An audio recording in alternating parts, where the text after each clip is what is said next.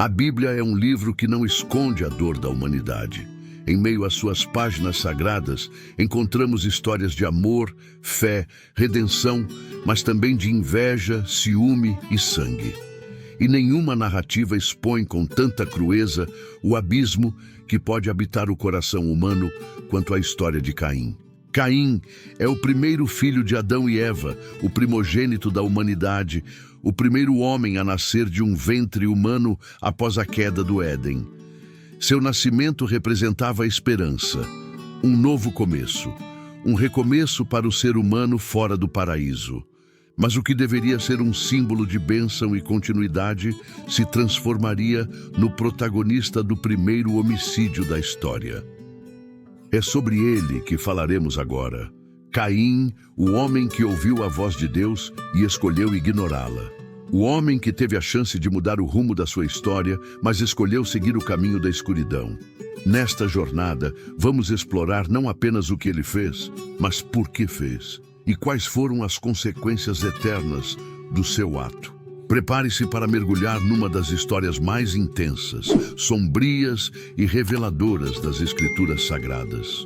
Porque entender Caim é entender os primeiros passos da humanidade em direção à violência, à culpa e à misericórdia divina.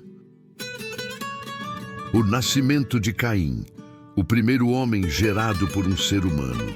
A história de Caim começa com um detalhe que passa despercebido por muitos, mas que é profundamente significativo. Ele foi o primeiro ser humano a nascer de outro ser humano. Enquanto Adão foi formado do pó da terra pelas mãos do próprio Deus, e Eva foi criada a partir da costela de Adão, Caim foi o primeiro fruto direto da união entre homem e mulher após a queda no Éden. Gênesis 4:1 nos diz: E conheceu Adão a Eva, sua mulher, e ela concebeu e deu à luz a Caim e disse: Alcancei do Senhor um homem. Essa declaração de Eva, alcancei do Senhor um homem, tem uma carga teológica e emocional muito forte. Alguns estudiosos acreditam que Eva pode ter pensado que Caim fosse o cumprimento imediato da promessa feita por Deus em Gênesis 3:15, sobre a descendência da mulher que pisaria na cabeça da serpente. Ou seja, ela pode ter acreditado que Caim era o Salvador prometido. Imagine a expectativa que repousava sobre os ombros de Caim. Ele não era apenas o primogênito de Adão e Eva. Ele representava a esperança da restauração, um novo começo. Mas, como veremos, essa esperança logo se transformaria em frustração e tragédia. Além disso, o nome Caim vem da raiz hebraica caná, que significa adquirido, possuído ou formado. Isso pode indicar o sentimento de conquista que Eva teve ao gerar um filho pela primeira vez, algo que jamais havia acontecido na história humana. No entanto, a grandiosidade desse nascimento não garantiu um coração fiel. Desde cedo, a narrativa bíblica deixa claro que Caim era um homem marcado por escolhas perigosas, emoções descontroladas e um senso distorcido de justiça. Se o nascimento de Caim simbolizava o poder da vida após a queda, seu destino simbolizaria a profundidade do pecado que o ser humano pode alcançar, mesmo estando diante de Deus. Abel e a diferença de propósito entre os irmãos. A Bíblia nos apresenta Abel como o segundo filho de Adão e Eva. Se Caim simbolizava a força, a conquista, o poder da vida humana, Abel nos é apresentado com traços de humildade, devoção e entrega. Gênesis 4:2 nos diz: E deu à luz a seu irmão Abel. E Abel foi pastor de ovelhas, e Caim foi lavrador da terra. Essa simples diferença de ocupação já nos revela algo muito profundo. Abel cuidava da criação, enquanto Caim cultivava a terra que havia sido amaldiçoada por Deus após o pecado de Adão. Isso não significa que ser agricultor era algo errado, muito pelo contrário, mas simbolicamente Abel está ligado à vida, os rebanhos, enquanto Caim está ligado à maldição, a terra. Mais do que isso, a diferença entre eles vai muito além da profissão. Ela se evidencia com mais força no momento da adoração. Ambos oferecem algo a Deus, mas enquanto Abel entrega das primícias do seu rebanho e da gordura, ou seja, o melhor, Caim entrega algo qualquer do fruto da terra, sem destaque algum. Deus rejeita a oferta de Caim e aceita a de Abel. Mas por quê? O texto de Hebreus 11:4 responde: pela fé, Abel ofereceu a Deus mais excelente sacrifício do que Caim. A motivação é a chave aqui. Deus vê o coração. Enquanto Abel se aproxima com fé, com entrega e reverência, Caim se aproxima por obrigação, talvez até por orgulho. Sua oferta era vazia, religiosa por fora, mas sem verdade por dentro. Essa diferença de postura espiritual acendeu o conflito. A inveja de Caim começou a crescer, e aqui vemos o início de um padrão que se repetirá em toda a história da humanidade: o ódio dos injustos contra os justos. Aqueles que estão distantes de Deus se incomodam com aqueles que o servem com sinceridade. Abel nunca provocou o irmão. Ele apenas amou a Deus e o adorou com o coração certo. Mas isso foi suficiente para despertar a ira de Caim, uma ira que o levaria a um ato irreparável. A oferta rejeitada e a reação perigosa de Caim. A rejeição da oferta de Caim marca o ponto de ruptura em sua história. Gênesis 4:5 nos diz: mas para Caim e para sua oferta não atentou. E irou-se Caim fortemente e descaiu-lhe o semblante. Essa reação revela mais do que uma simples decepção. Caim não ficou triste. Ele ficou tomado pela ira. E isso nos ensina uma lição profunda. A maneira como reagimos à correção de Deus revela o estado do nosso coração. Deus não rejeitou Caim por desprezo. Na verdade, o Senhor se aproxima e o adverte com amor. Em Gênesis 4:6-7, Deus diz: por que te iraste? E por que descaiu o teu semblante? Se bem fizeres, não é certo que serás aceito? E se não fizeres bem, o pecado jaz à porta, e sobre ti será o seu desejo, mas sobre ele deves dominar. Essas palavras são poderosas. Deus está dizendo a Caim: você ainda pode mudar. Ainda há tempo para fazer o certo, mas o pecado está à espreita. Esse é um dos primeiros grandes alertas da Bíblia sobre o poder destrutivo do pecado. Ele é descrito como algo que jaz à porta, como um predador à espreita, pronto para dominar quem o alimenta. Mas Deus deixa claro: o ser humano pode resistir. Caim poderia dominar o pecado, mas escolheu o contrário. E aqui reside o ponto mais trágico da história. Caim escolhe a inveja em vez da humildade, o orgulho em vez da reconciliação, o ódio em vez do arrependimento. Ao invés de corrigir sua atitude e oferecer a Deus um sacrifício com o coração correto, ele permite que o ressentimento cresça como uma erva daninha dentro da alma. Ele não quer ser corrigido, ele quer eliminar quem o faz se sentir inferior. Essa rejeição da repreensão divina é o início de uma espiral de destruição. E o que vem a seguir é o primeiro assassinato da história humana. Algo chocante, brutal e repleto de significado espiritual.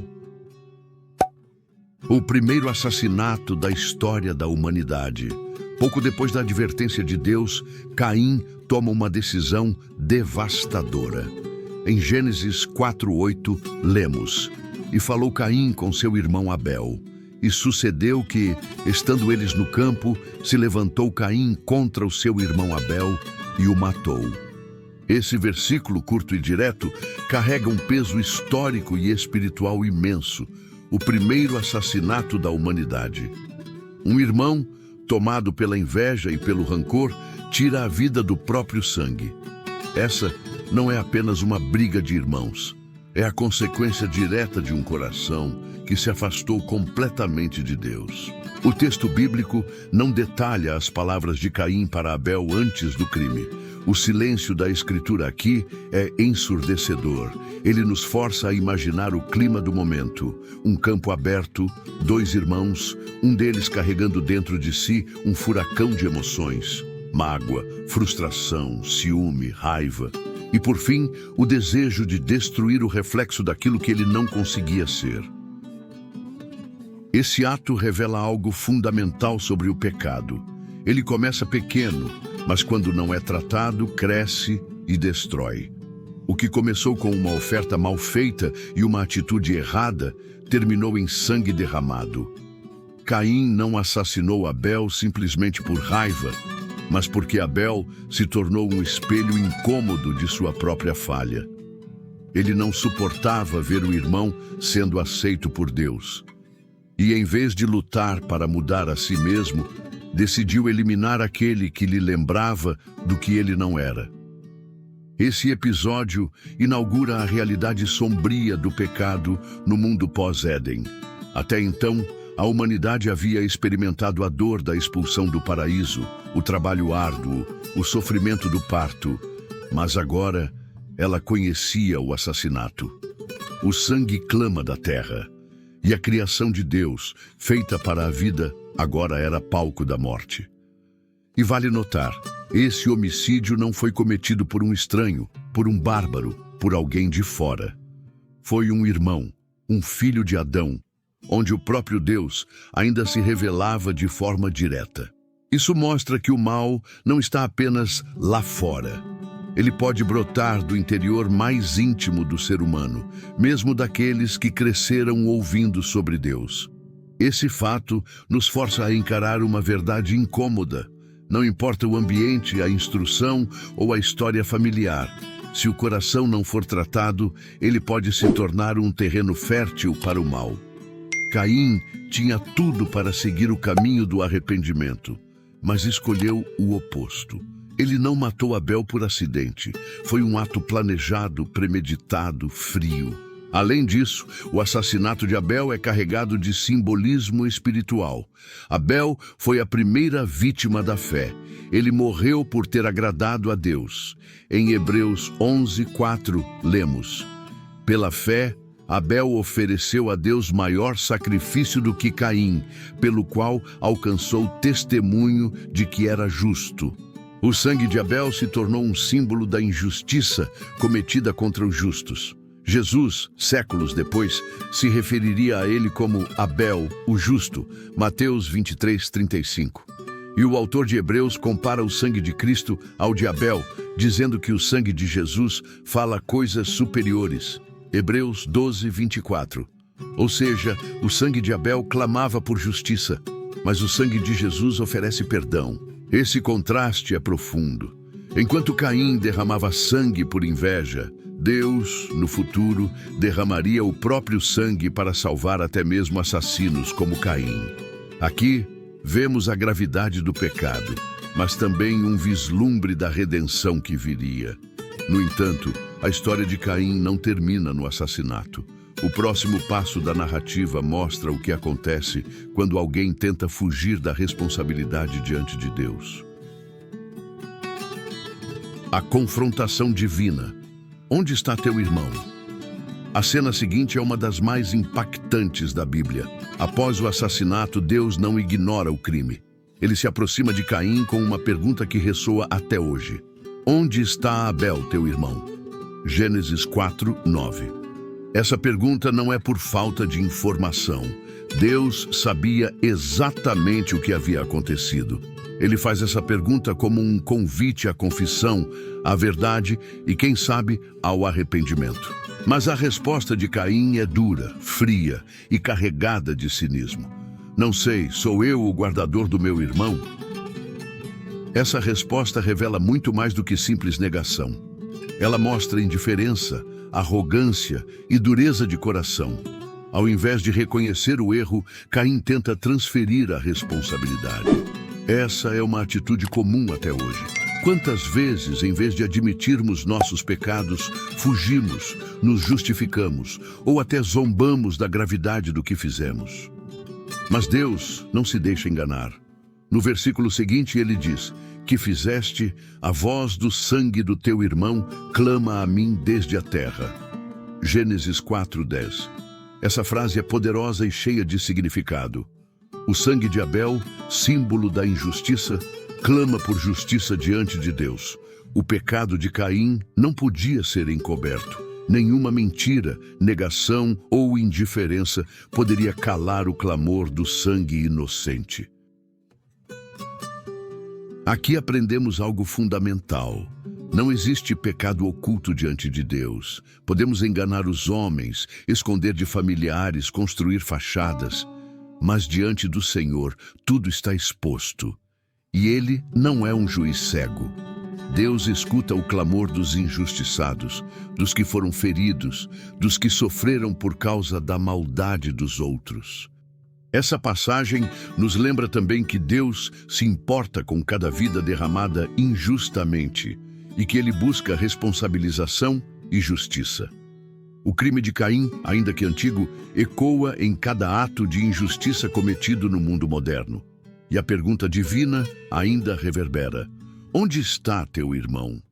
Nesse momento, Deus anuncia a sentença de Caim que veremos no próximo tópico. Uma sentença justa, mas carregada de dor, e também de misericórdia. A maldição e a misericórdia. Caim é marcado por Deus. Após ouvir o clamor do sangue de Abel, Deus pronuncia uma sentença que mudaria a vida de Caim para sempre. Ele não o executa, mas estabelece sobre ele uma maldição profunda, uma consequência clara e dolorosa pelo crime cometido. Agora, pois, maldito és tu desde a terra, que abriu a sua boca para receber da tua mão o sangue de teu irmão. Quando lavrares o solo, não te dará ele a sua força, serás fugitivo e errante pela terra. Gênesis 4:11 e 12. Essa maldição atinge diretamente a identidade de Caim. Ele era agricultor, seu sustento vinha da terra, mas agora a terra se tornaria infrutífera para ele. O lugar que antes lhe dava alimento e segurança, agora o rejeita. Isso transforma Caim em um errante, um exilado, um fugitivo. Aqui, mais uma vez, vemos uma verdade profunda. O pecado tem consequências reais e inevitáveis, não apenas espirituais, mas também sociais, emocionais e até físicas. O rompimento com Deus afeta todos os aspectos da vida. E no caso de Caim, a sua escolha trouxe isolamento, insegurança e dor. Diante dessa sentença, Caim finalmente reconhece a gravidade do que fez, mas o faz de maneira egoísta. É maior a minha maldade do que a que possa ser perdoada. Gênesis 4:13. Note que ele não se arrepende verdadeiramente pelo assassinato do irmão, mas está desesperado pelo castigo. Ele teme ser morto por outros, teme o futuro como errante. E é nesse momento que vemos um ato surpreendente de Deus. Mesmo diante de um assassino, o Senhor manifesta misericórdia. O Senhor, porém, disse-lhe: portanto, qualquer que matar Caim, 7 vezes será castigado. E pôs o Senhor um sinal em Caim, para que o não ferisse qualquer que o encontrasse. Gênesis 4:15. Deus coloca um sinal em Caim. Não sabemos exatamente o que era esse sinal, mas ele tinha um propósito claro: proteger Caim da morte. Isso é extraordinário. Um homem que matou seu irmão a sangue frio, que zombou de Deus, que não se arrependeu plenamente, e ainda assim Deus o protege. Essa parte da história nos revela o coração divino de forma chocante. Deus é justo, mas também é cheio de compaixão. Ele pune, mas também oferece proteção. Ele não apaga a consequência, mas ainda dá ao pecador uma chance de viver. Essa é uma das maiores lições da história de Caim. Por pior que seja o pecado, a misericórdia de Deus ainda pode nos alcançar. Mas também aprendemos que não há como escapar das consequências do mal. Caim viveria com sua culpa, com sua marca, com sua história, mas viveria. O destino de Caim. a descendência e o legado de um homem marcado. Após a sentença de Deus e o sinal de proteção colocado sobre Caim, ele parte para a terra de Nod, um lugar misterioso, distante do Éden, onde se estabelece e começa a construir uma nova vida. Mas o que chama a atenção aqui é o que acontece a seguir. Caim tem filhos, e sua descendência deixa um legado sombrio. E Caim conheceu a sua mulher, e ela concebeu e teve Enoque, e ele edificou uma cidade, e chamou o nome da cidade pelo nome de seu filho Enoque. Gênesis 4:17. Caim não se arrepende e não busca a reconciliação com Deus, mas constrói uma cidade, dando-lhe o nome de seu filho. Essa escolha de fundar uma cidade pode ser vista como uma tentativa de redimir-se através das suas próprias forças. Mas, por mais que tentasse criar algo grandioso, a cidade de Caim estava marcada por uma história de violência, fratricídio e rebeldia. Além disso, vemos que os descendentes de Caim se tornam os fundadores de várias artes e inovações. Um de seus descendentes, Jubal, é descrito como o pai dos que tocam harpa e flauta, enquanto Tubal-Caim é o forjador de ferramentas de bronze e ferro. A descendência de Caim, portanto, traz consigo habilidades e talentos, mas também carrega um legado de afastamento de Deus. Isso serve como um lembrete de que, mesmo nas bênçãos e inovações que surgem do pecado, o mal ainda se perpetua. As conquistas humanas, por mais brilhantes que sejam, não podem apagar a separação de Deus.